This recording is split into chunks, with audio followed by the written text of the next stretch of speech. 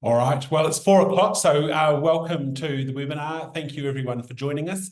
If you haven't met me, my name's Greg Harford. I'm the Chief Executive of the Canberra Business Chamber, and I'm joined today by Tiana O'Neill, one of our workplace relations consultants, who's going to talk us through some of the challenges around psychosocial hazards for employers and how we can create a healthy workplace. I know there's been a lot of interest in the whole question of psychosocial harm. There's now new rules in place here in the ACT around that, and as employers we have obligations to make sure that we are looking after our people. So I'll hand over to Tian for the presentation. We will have the opportunity for questions at the end, so if you do have any questions you want to ask, please just use the chat function at the bottom of your screen, and we'll get to those questions at the end. Tian, over to you. Beautiful. Thanks, Greg. Just trying to share my screen. Sorry, technology is always a challenge, even 4 years after we've all got used to Zoom. So Zoom is now giving me the death circle. So, okay.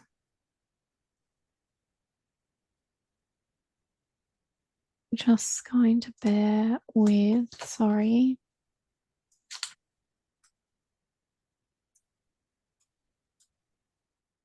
I apologise for this, ladies and gentlemen. As soon as we've resolved our technical hiccups, we'll be underway. Yeah.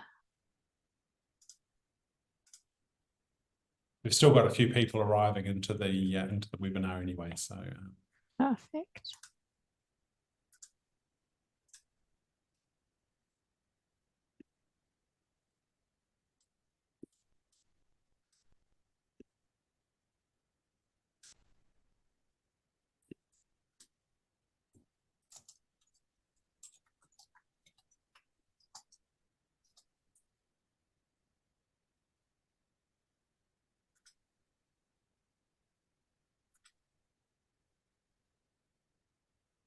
Sorry, guys, just bear with. Just while we're waiting to get the slides up and running, I guess really worth just sort of setting some context for this. There's certainly been a lot of concern and perhaps some unfounded concerns, but also perhaps some legitimate concerns from business about how these new psychosocial rules are going to be rolled out across the ACT and across ACT employers. We know, for example, that WorkSafe ACT has published some posters which suggest, for example, that if you're not taking your team out for lunch, or if some people are not being invited out for lunch by the team, then that might constitute psychosocial harm. So it'll be really good to cut through some of these questions and see where we go. I might just get started. I know that we can't see my PowerPoint, but just to kind of go over, well, that's been resolved, go over what we'll be talking about today, and what further to what Greg said. So in terms of the key things that we're going to be talking today is just an introduction. For a lot of people, it's a very new concept, psychosocial hazards. So just going through that. PCBUs, everyone should be very familiar with what that terminology means. If not, we'll still go through that. The code that's essentially been introduced, we'll go through identification and assessment, risk management and prevention. So how can we manage the risk and how can we try to prevent these risks? And then consultation, communication, support systems, training and awareness. That's a huge thing that's come up, is just the training and awareness from last year in terms of the sexual harassment changes. It's really important that businesses do actively train their staff and train them in the knowledge of things that might occur and train them in terms of what and how they can prevent them. So then we'll talk about continuous improvement and compliance and legal options. Awesome. Thanks, Greg. So just the next one.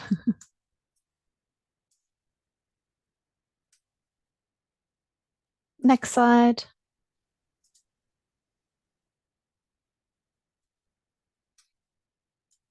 Perfect. So for this page, what we've got here is just kind of breaking down what does compliance actually mean. So we've got the Act, which bounds everything. Then we have the regulations, mandatory standards. Then we have the codes of practice and non-mandatory standards, Australian standards, industry standards, and guidance notes.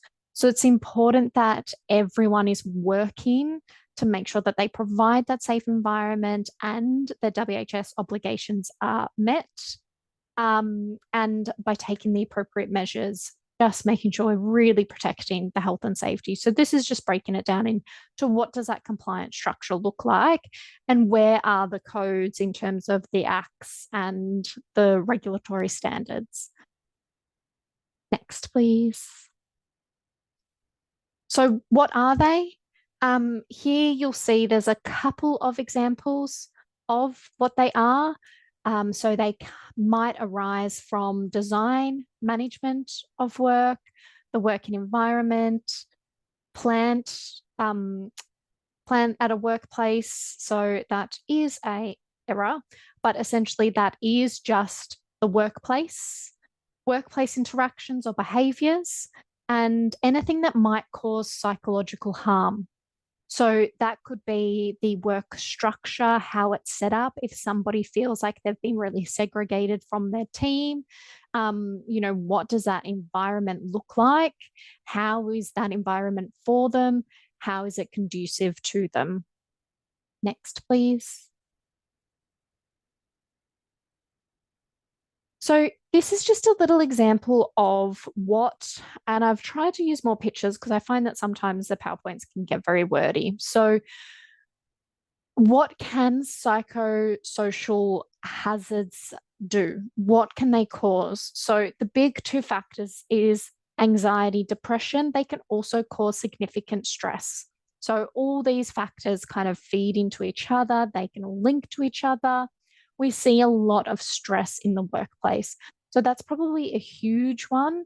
So the stress of something, so it might be whether it's somebody's working environment and what that does to them, psychological and also physiological.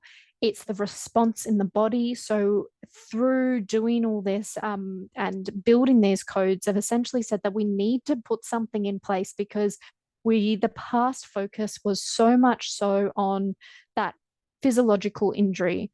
So physically someone falls, but what they've done and throughout the years has been a lot more development in terms of mental health and people's knowledge of it.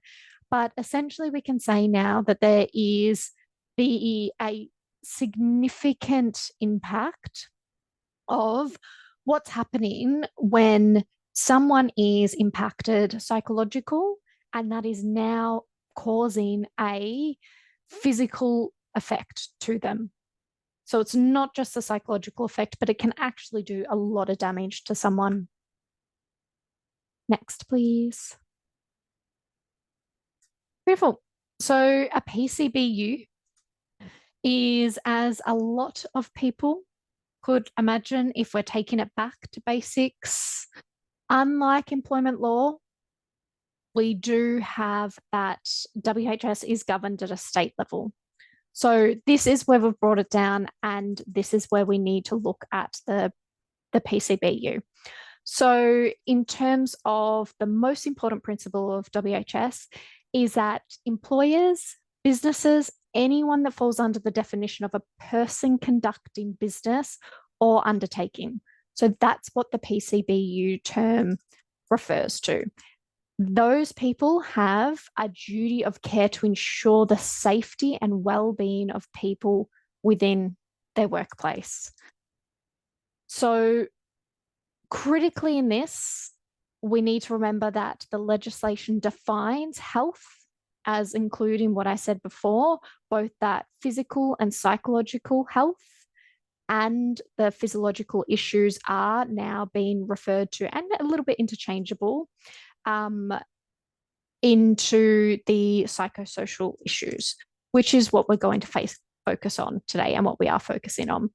So that PCBU is anyone operates a business and they do have that legal duty to ensure the health and safety as far as reasonably practicable.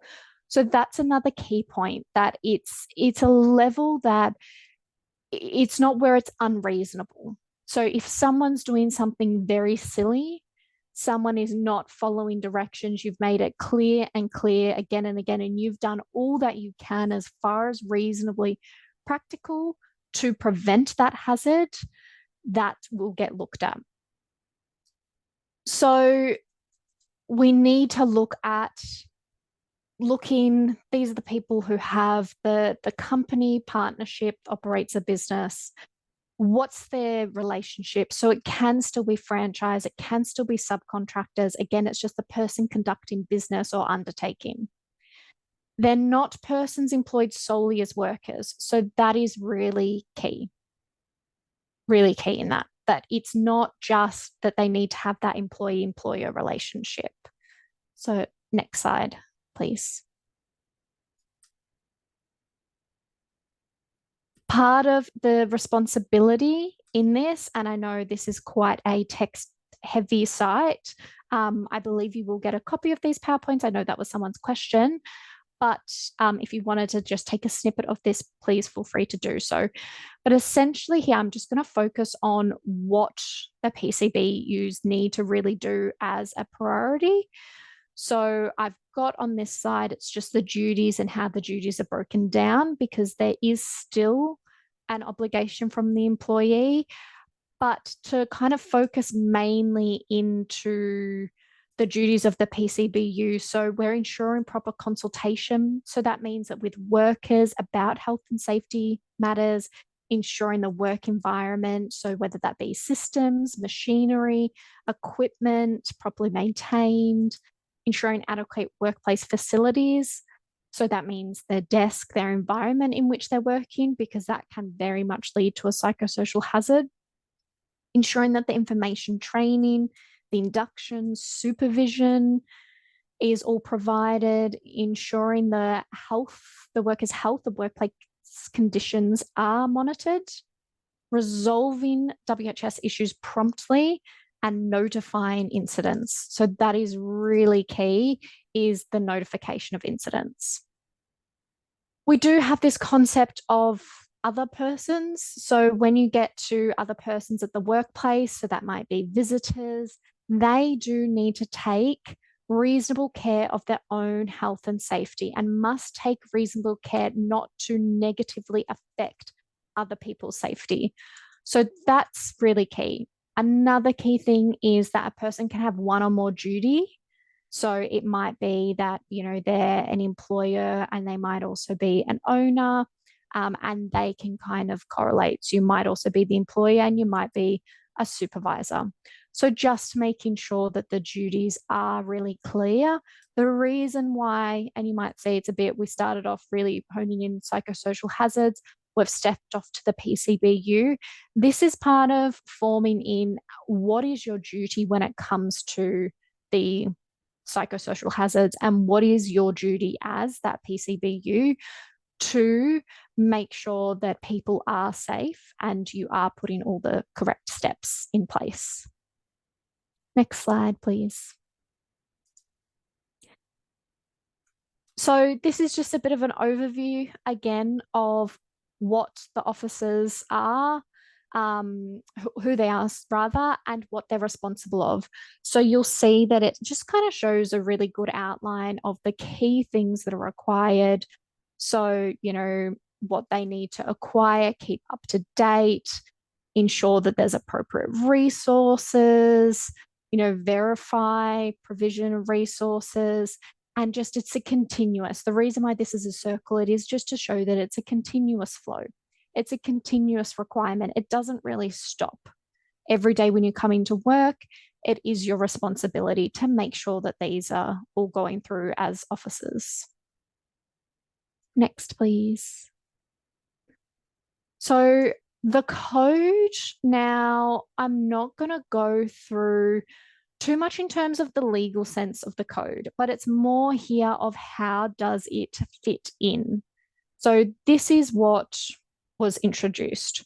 So a code of practice, it's simply a regulatory issued practical guide on how to prevent harm from psychosocial hazards at work. So that includes psychological and physical harm. So it's kind of, think of it like the approved, Bible for this space. If you would like for compliance with various aspects of work health and safety, it provides information for PCBUs on how psychosocial hazards and risks can be controlled, how they can be managed, and how they can be used to help decide what's kind of reasonably practical and to reduce the risks. It is key to understand that it is not the law, but it's essentially the playbook for how a business is to be compliant with it. So if we think back to that triangle, it's not the act, it's not the law, but it's one of the things that kind of fits underneath it and within it. It is a helpful resource for workers who may also experience that harm in the workplace. So try to think of this as something to help you in the workplace and help how you build things and help how you build your structure. So it really is what the regulatory prescribes the manner in which you can satisfy your duties under the Health and Safety Act. So it's like a little bit further of a document with essentially what they're saying is if you do all this, you will be fulfilling your complete duties. We've essentially put everything in a document to help you. So what we'll kind of be discussing today, and in terms of this, it's straight from the code, and it's just how you think of best practice and how we can address this. Next, please. So the code, so this is just breaking down essentially an overlook of the code. So the best practice guide to risk management process. You'll see this across, all safe work codes of practice and any safety system. So we know that the law doesn't distinguish between a physical work site and a home office, and those hazards do remain that we need to be managed a work from home setting. So that's something to always remember. A work from home setting, it is something that does drop a little bit. Sometimes we forget that when someone's in their own space, that because it's their own space, that they don't have that obligation, but there still is that level of obligation. So we need to think about what's required from a risk management system, which we can see, and it must have a system in place for managing. So in this as well, we need to understand that it's going to look different for every workplace. It's going to look different for a blue collar workplace. It's going to look different for someone if they're, in a corporate workplace. So if we move to the next slide. Yep. So identification and assessment. So here is where we really need to think of what kind of approach do you have for employees to identify and assess the risks. So what have you put in place for them, for your team, whether it's yourself, whether it's other managers, to be able to clearly say that this is, how you're to identify it and this is what you are to do about it. So you need to really find in that it's what could cause the harm. So have those mechanisms, whether it be you look at how the office is set up. So that's a really key one, is what could be and how do we identify them? Undertake that regular risk assessment to understand the potential impacts on employees' mental health. So those are those regular assessments just to touch base what has been occurring in the workplace. Has it been, and even think to, has there been something that's occurred? Has there been, some, a change? Has there been a physical, a cultural change in the workplace? Then consider the work environment. So this is a really key thing. So the work environment is a huge part of it. So have you had much feedback from the team? Have you had feedback from different departments in terms of their safety, what they're feeling, any concerns that they've had? And make sure we're considering kind of all the factors. So I've done a little bit of a snippet below of hazards that could arise from work. I know I briefly mentioned on some earlier, but this is a little bit more clear. Each one kind of impacts it differently. So depending on whether you might be in, again, if we use that blue collar as opposed to corporate, it may impact differently. So in a corporate space, a lot of the time there can be huge job demands, and it may be that it's unrealistic. That could lead to a psychosocial hazard. So if we're picking up on things where it might be that someone's taking more leave, or someone, is looking a little bit visibly stressed, it may be their job demands. So it's about really picking up on this, or touching base, having regular touch points. With that, it could be that they're receiving poor support. So they've been thrown all this work and they've not had any support to, to fix it. Just here, you need to get all these tasks done. You need to get them done by this time. And that person has no support. Workplace violence and aggression, that can be very common in a more blue collar environment, just because, again, if we're speaking to the nature of the work, it might be something that somebody, if you have a new starter, considering is that the kind of environment that they're used to. When we have different generations as well entering into the workforce, there can be a huge gap.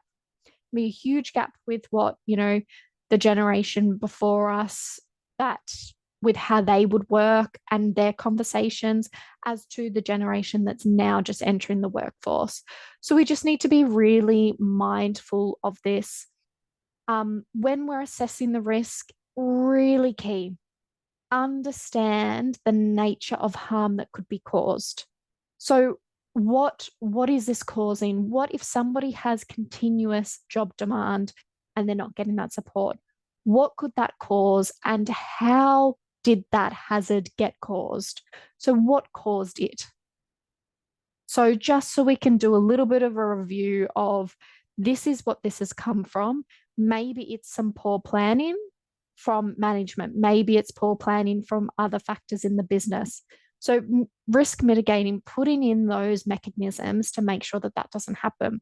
Is it that it's a work allocation tool for you to be able to step back and see, no, I can actually see that this person has, 20 tasks that they need to be done. But alternatively, this person, not as experienced, but we can build them up, they need to pick up some of the actions too.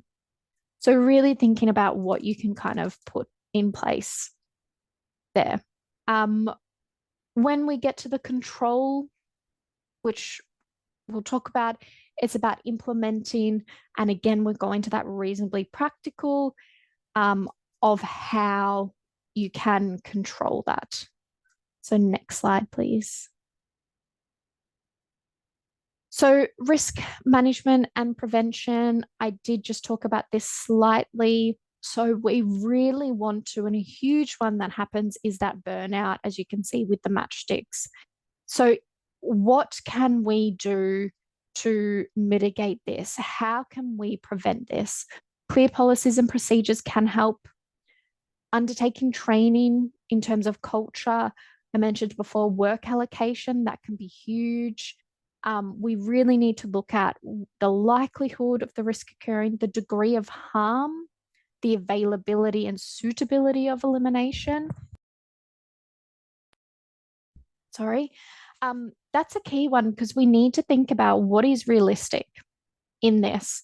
We can't, let's say, if I keep going back to that workload, it's not realistic to completely remove someone's workload or what someone has, the tasks that they have to do.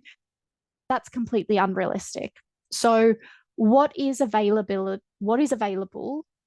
and how can it be minimized? So how can this all be minimized?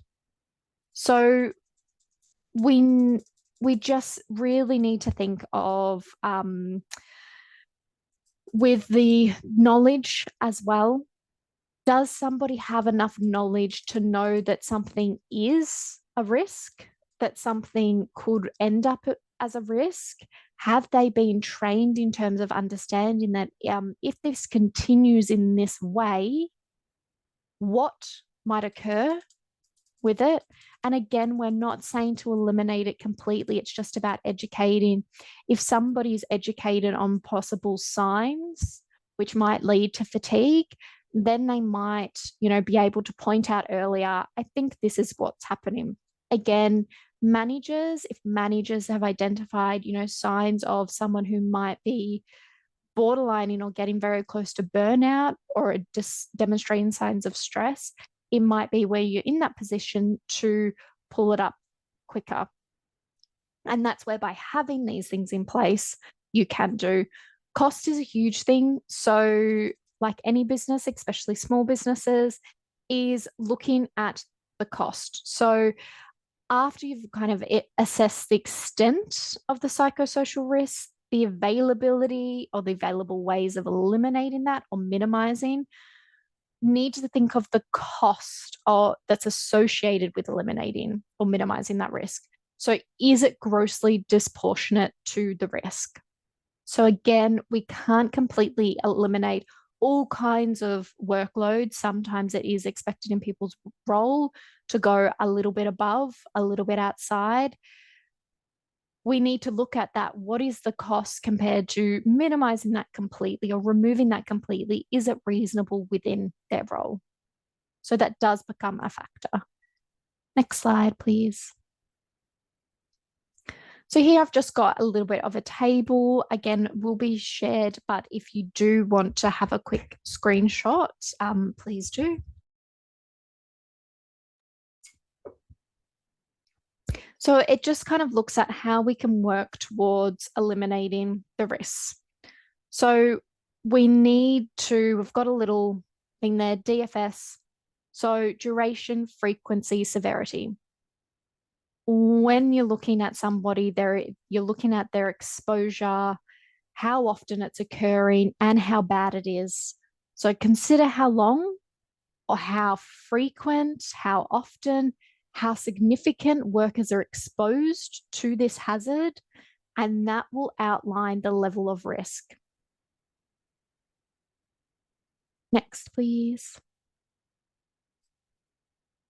So consultation and communication, this is a big part in a lot of elements, even across employment relations law. It's really important that you're actively engaging with employees. And that might include their representatives in the risk assessment process. Again, this is all going to be scalable. So if you're a small business, it may be that, there's no representatives, there's a few people or a handful. Open communication. So it might be that, look, we're potentially thinking of implementing this. What are your thoughts? Or we've noticed that there's been a bit of a trend with this, seeking feedback. So if there is anything, just making sure if they do have representatives, and that's more likely to be those unionized environments or those bigger workplaces, that you are consulting with them. Effective communication, it is critical, like with anything, it is critical to address concerns and to really gather all the information from all stakeholders. It's not enough to just get, what do the managers think? Or what does, just the C-suite employees think of this? It's really important to still build it down and get the, input from everyone to understand how it's impacting the different levels. Develop policies and procedures in consultation with workers, and, that might be their representatives. Be transparent, really important that the transparency is there. We're implementing this, where it's really important to us that we prevent and we mitigate any psychosocial hazards in the workplace. Through conversation with you guys, we've determined that we need to implement this. We are then going to implement this. Please give us your feedback. Being adaptive. There have been a lot of changes in this space. There will continue to be a lot of changes.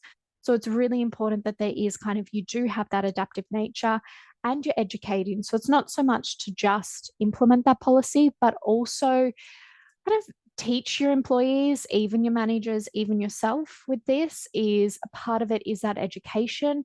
You're learning, you're going to become better PCBUs, be better employees because everyone knows their responsibilities and knows what they need to take care of, what they need to look after. And I think that's all in terms of mainly communication, consultation. It is a really big step. I know they're all probably big steps. They all really do feed into each other, but it is really big. If you can kind of nail that consultation communication, even if you get the policy wrong, you get the process wrong, you will hear about it. So you'll get that feedback and you'll have the opportunity to resolve it. You'll have the opportunity to amend it. You'll have the opportunity to fix it. Next. So support systems, training, awareness. So providing resources for employees dealing with psychosocial hazards. So that might be employee assistance program, counseling services. With employee assistance programs, they do come in very different forms. You can get ones where you just subscribe to them or you pay, and all of your employees, maybe even extended to their friends and family, they have access to the EAP. Some big companies, they work off referral only. So if you want access to an EAP, you need to contact a set person and they will give you a set amount of sessions. So it might be 3 sessions. They can be once off. So if you've had a significant incident in the workplace, maybe there's been a death of a colleague, you can just get an EAP for a set period of time for employees to have access. So don't feel like you're limited to just having a consistent provider and that you're consistently paying for it. Remember, it can be tailored. You just need to find the right provider. Contacts within the company. So whether that's an HR representative, whether that is a safety officer, whether that is, someone in management or even someone management adjacent. Are there people that are in the workplace where people can go to share they feel comfortable with talking to?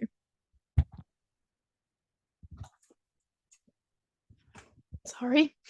The last one there would be documents. So posters, other things around the workplace. Greg mentioned this earlier, things around the workplace that are clearly identified. What does a psychosocial hazard look like? Or, do you need to stand up and walk around your desk? Things that just kind of pull attention to the workers, getting their guidance, really enforcing things. I still remember one of my first workplaces that I worked at, there was that poster about that young girl, and it was Brodie's Law that came in, and it was because she was bullied so badly and it was quite a serious thing, and they brought in this Brodie's Law, and that's still imprinted in my brain because that was a poster every day that I would see and I would walk past. Things like that's in your environment. You might not realize that you're taking it in, but you are, because it's there every day. So it might seem like you're not really doing anything, but a poster can definitely help. Training programs, so things that raise awareness among employees, equip them with the skills to manage. So that might look like stress management, conflict resolution, promoting a positive workplace environment. It might be understanding the role of education in creating a resilient and informed workplace. Resilience is really key in this area. And it's not to say that everyone should just get over it because they're resilient. Resilience also brings about the ability to kind of self-reflect and identify, no, I need to stop, I need to take a break. So that's part of it. It's not just about someone accepting that this is what they have to deal with. It's about that self-reflection. It's about that ability for them to time management, them to identify that, nope, I need to take a break here. And educated management. So that's a huge thing. If you have from the top, you've got people who are educated, people that understand people that aren't going to roll their eyes. When you mention psychosocial hazards or you mention that someone's burnt out, that's going to make a huge difference down the line. Next, please. So continuous improvement, I know this looks like a very sad slide, but it is important. So we really need to work on that culture. With anything, WHS space, employment relations space, we need to work on that culture of continuous improvement. So when something goes wrong or when somebody, has a concern, are they feeding it through? Does the business then take that feedback and actively do something about it? I know that sometimes not all feedback, is it reasonable for you to take action, especially if you don't have as many resources? But it's just about even those slight tweaks, those slight adjustments to strategies. Is it that, typically you work in a set roster, you work a set way, you've had a bit of feedback, you've had something happen, you just need to shift it slightly. Acknowledging the evolving nature of workplaces. This is huge. I mentioned earlier having different generations in the workplace. That is going to be part of it. It's going to be evolving.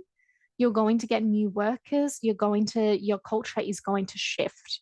Part of that, you are going to need to be able to have that adaptability to change as those people come in, people's tolerances change, people's beliefs change. With that means that their tolerance for certain things, not tolerance, that's probably the wrong word, but how they view certain things is very different.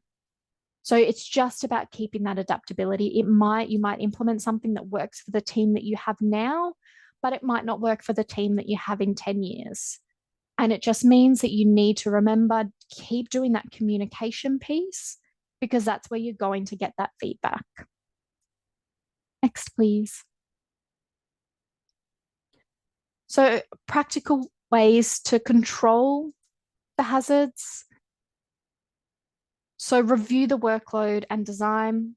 So assess workload, ensure that they're reasonable, manageable, consider job design factors, consider task variety, autonomy, skill utilization, and promote a balanced and fulfilling work experience. I know that seems like a lot. One thing that really stands out to me is here, even in the kind of autonomy. Does someone have the autonomy to do something? Does somebody have too much autonomy? It can kind of be really interchangeable, where one factor of this, so a design factor, could work really well for one role, not well for another role. Is it too much so it's repetitive work? Is that a concern? Is it fulfilling work experience? Are people getting what they want out of the workplace? Are they happy to be at work? Address workplace bullying and harassment. I mentioned it earlier about the changes in the with the sexual harassment, bullying and harassment last year. This can really feed and is a huge part of it. So we really need to, if you have not already, it should definitely be a priority if you take anything out of this meeting, but implement and enforce policies on bullying and harassment, provide training. Again, this is a scalable resource. Training for a small business might look like a 15-minute, 20-minute conversation with the team. For a large business, it might look like a more formalized thing. For managers, it might look like something completely different as well. So just making sure that the training is for those employees, they're for managers as well. And it's really focusing on what that respectful behavior and conflict resolution, that's a huge part of it. Typically, what I find in working in the employment relations space is you can get things that come through that it might be that somebody didn't like the way that someone spoke to them. That person was completely unaware. That's where that communication happens. So was that person, did they feel comfortable in raising that? And then did that other person feel comfortable in hearing it? Obviously, there's a lot to that. It needs to be done in a respectful manner. But just making sure that you kind of have almost that ability within the workplace for people to try to resolve things by themselves, and you have faith that they're going to be able to do that and have productive conversations. Promote work-life balance. So really encouraging that there is a healthy work-life balance. So looking at that flexibility, I know some roles and some businesses you can't offer that flexibility, but where you can, maybe try to promoting time off. So if somebody has a lot of annual leave, really important that we are kind of encouraging that. If it is excessive, that's another thing altogether. But really, taking annual leave is really important. Discouraging excessive overtime, thinking of the different factors that you can put in place just to identify if somebody's working too much overtime. It should definitely be something that if you are a business that typically has people working overtime, you have something to identify what might demonstrate someone is getting fatigued, whether it is you're seeing them yawn a lot in the workplace, whether you're seeing them make little mistakes, whether you're seeing them a little bit stressed. Is it that they need to take that space? And just back to that flexible working again, it's not just in terms of, leaving early. It might even be, is it the ability to work from home occasionally? That might help reduce other stresses that they're bringing into the workplace. Is it somebody that needs to pick up a kid from school? And then that stress of them leaving work, needing to drop everything at that moment to make sure they get there in time, is that feeding into this? Provide mental health training. So, again, scalable. This is something that's very scalable, but it's to essentially train managers and employees in recognizing signs of mental health issues, how to provide support, promote that awareness, reduce the stigma that's attached, implement stress management programs. So, introduce stress management programs that could be initiatives, provide resources for coping. So, it might be just some, a couple of tips in terms of if somebody feels stressed, what they can do. It could be counseling, it could be some workshops, it could be wellness programs. It might be a fun thing to do, lunchtime meditation class. It can really make it with these things are really for you to make it what works within your business, within your team. Again, communication being key in that. Monitor and manage work hours. So keeping track of how people are working, the hours that they're working. Are they complying? We've also got awards legislation within there. But do you have those policies to kind of discourage those long days and promote breaks? Is it that you need to roster in breaks so people are taking a lunch break? Provide clear job roles and expectations. This is something that kind of really is evolving. It's especially over the years, it has been that some people could fill in and they might end up doing a bunch of people's roles. Part of the psychosocial hazard is that stress factor of that. If I go back to that first example that I provided with the workload, if somebody has too much workload or even they don't have that clarity on what they're doing, it can put stress into them. It can make them feel uncomfortable. It can make them feel a little bit more anxious in the workplace.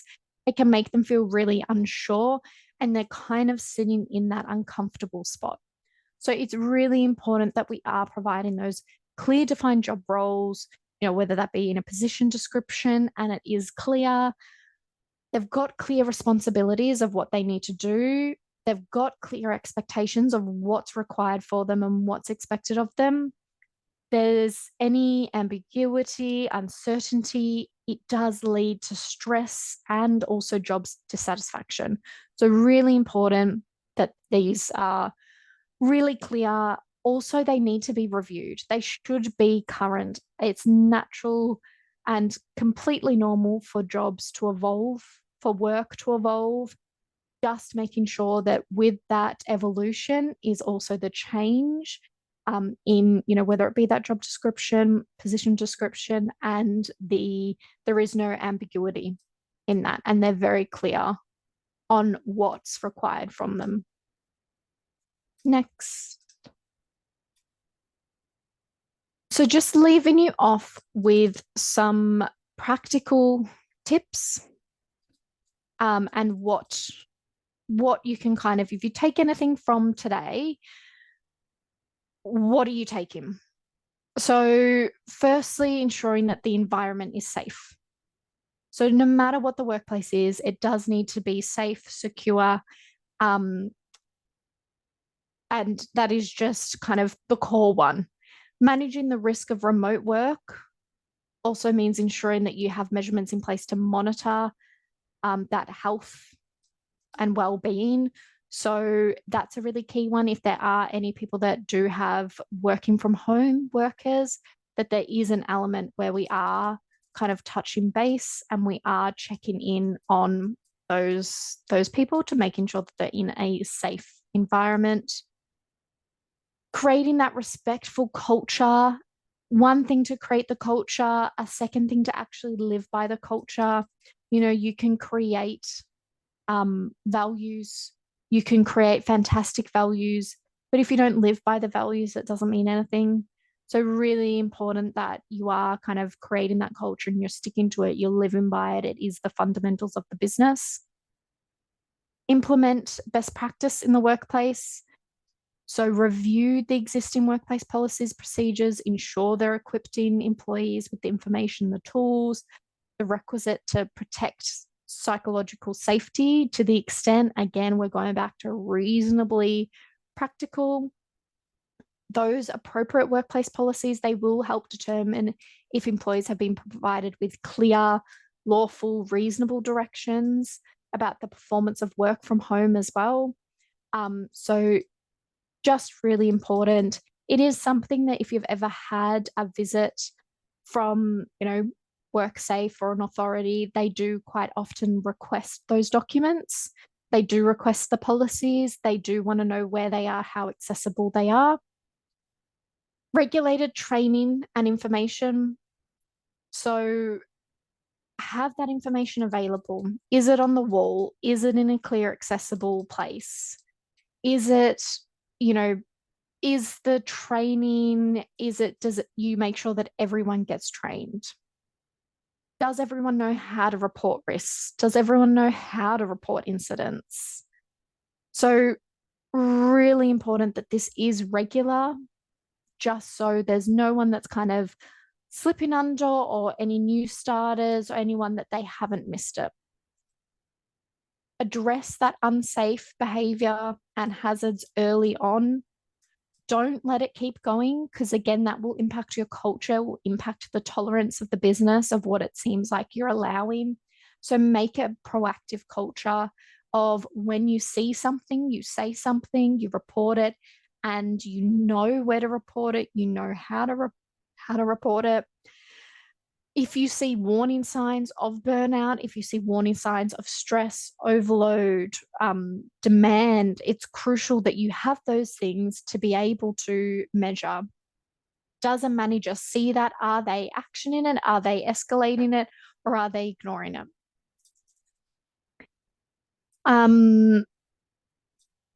I think a really good example for that, just in terms of that regular training, is if we're talking about sexual harassment.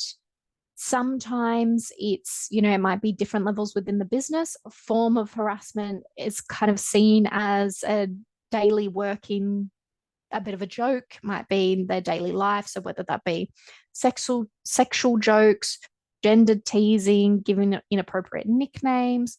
So small little things here, one or two things here and there can actually, they're easily ignored, but they can quickly escalate to be a more serious form of sexual harassment. So that's where, if you're creating a workplace where you're reporting these things, it won't kind of provide the ability for those things to escalate. And I have seen so many cases also go to the Fair Work Commission, where it is that they started off, they thought that they had a really good friendship and they were crossing the line a little bit, but it got to a point whether it be someone's partner saw or whether they kind of was like, okay, this was too far. And then it escalates and it all breaks down and you've kind of got everything there.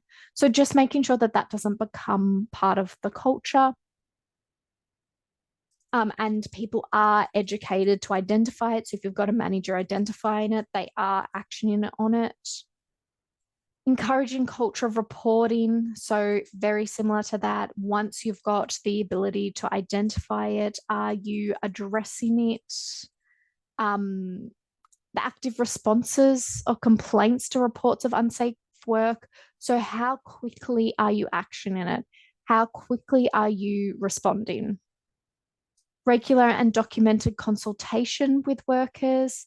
So are you having those check-ins? Are you having those chats? How are people going? Is there anything that needs to be raised? Thorough documentation and record keeping. So when you have been flagged something, are you recording it? Are you recording the discussions that you're having? Are you recording the training that you're having? Is the team signing off on the policy? Just making sure that things are really well documented. Risk register does need to be updated.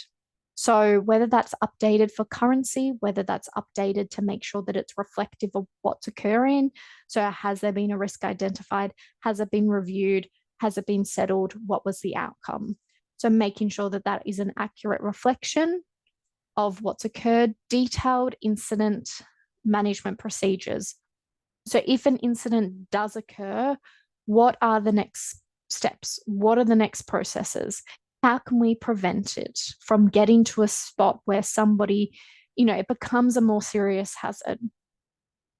Reporting, supporting safe return to work. So if somebody is off for a long period of time, this could be whether they're off under a workers' compensation claim. This could be whether they're just off, due to a separate incident. Making sure that you are supporting them to come back in the workplace.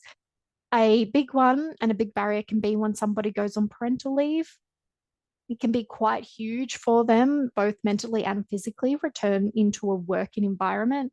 So just making sure that you are supporting that, whether that be that they're easing back into their work, whether that be that their environment that they're in, it's safe for any changes that might occur. Last one is following those regulator codes of practice. So it's really good idea to have a look at the practice, the code of practice rather. Have a look through it. It is a good guide. It does really break everything down. Today has been a summary and I've kind of, collated it, put it into a presentation, but it is really good. Your goal is to be protecting the workers and promoting their well-being. These codes will help you do that. What we've discussed today will help you do that. Also, as part of doing that, it's going to help ensure that you're not liable and adequately discharging any obligations that you do have. So if you can implement these strategies, it will ensure that you're following those state government codes of practice and you're going to kind of go a long way to being able to demonstrate it to the regulators if there is ever an issue. And also with that, not only are we preventing it if there is an issue, but you're also creating a great environment for workers. You're creating a place where people will want to work. Next slide, please. So that is all for today. Any questions? Thank you very much, Tian. There were just a couple of questions I think that have come through. What does EAP stand for? Employee Assistance Program.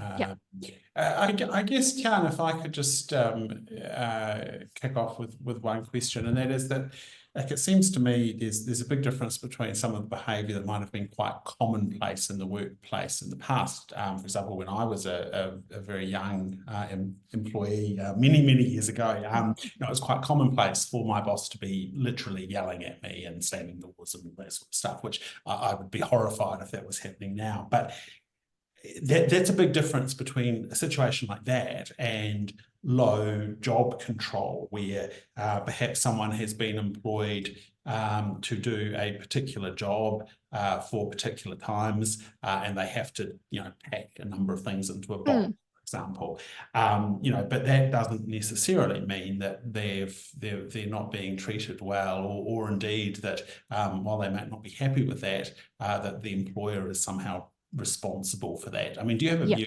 on kind of the difference there? It's a really good call out, because it's kind of saying, and I think with a lot of the changes that we've got this year, even the one that everyone's probably heard is that right to disconnect one, which I'm not going to get in because that's a whole nother thing on its own.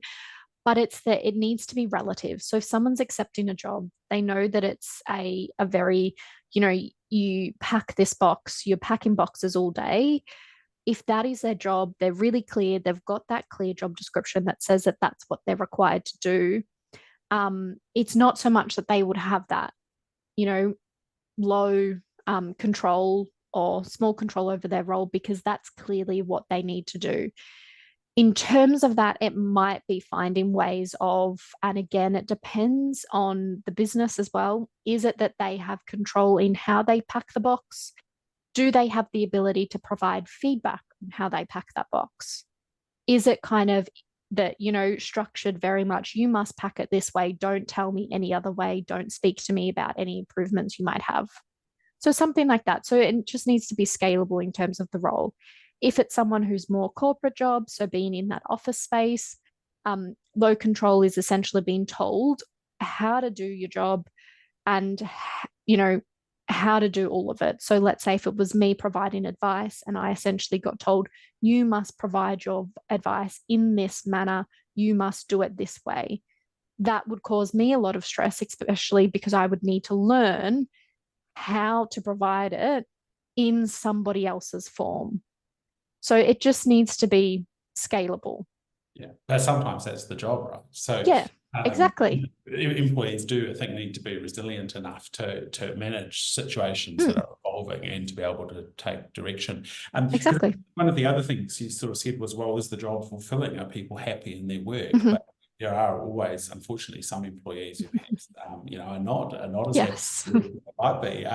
Yet the employer often, and I know the fear I've heard from some of our members is that the employer is always in the wrong. That this potentially exposes people to quite a lot more risk in terms of the legal situation. I think with that you're right in terms of there are a lot of people who just don't want to work. They're going to be miserable in whatever that they do, which sounds awful to say, but there are those people. But as an employer, I think the best that you can do is try to engage with them, try to get their satisfaction. So what is it, I can see that you don't seem happy with what you're doing. Is there anything that we can do to change this? Is there a way of doing your job differently that you think would, spark a different reaction? Having those conversations, if you're having them, the person's giving you nothing, you're really doing all that's reasonable in that sense to get them to have that job satisfaction. And if they don't get there, that's a small element of all of it. If you have somebody who, doesn't have much job satisfaction, but it's coming from the fact that, they're sat in a different team from their team, they're kind of isolated from their own team, they don't like what they're doing, they're also, being overloaded with work, then that might feed into it, because that satisfaction, it's not actually got to do with them just being miserable, not wanting to work. It's a direct result of a few other things. And then as that satisfaction, that's what's giving them stress. So I think with that, again, it's very much doing what you can as an employee. It's like if you do see someone that's really not happy to be in the workplace, touching base with them, you've done what you can. Sometimes if you're kind of having those conversations with people that aren't happy, you can see them either really pick it up because they're like, I don't want to keep having this conversation. So they make a change, or it's enough to prompt them to be like, okay, maybe I should look elsewhere. All right, thank you, Tian, very much for that informative presentation. If there's no other questions, we're almost bang on time at 5 o'clock, so we'll call it a day there. Thank you very much for joining us. Thank you, everyone, for coming and attending the webinar. We will circulate the slides to you. You can expect those sometime within the next 24 hours, if not tonight. And any questions too, please reach out to our employment relations line. You should have the number and it's on our website. So thank you very much, everyone, and thank you again, Tian. Perfect. Thanks, Greg. Thanks, everyone.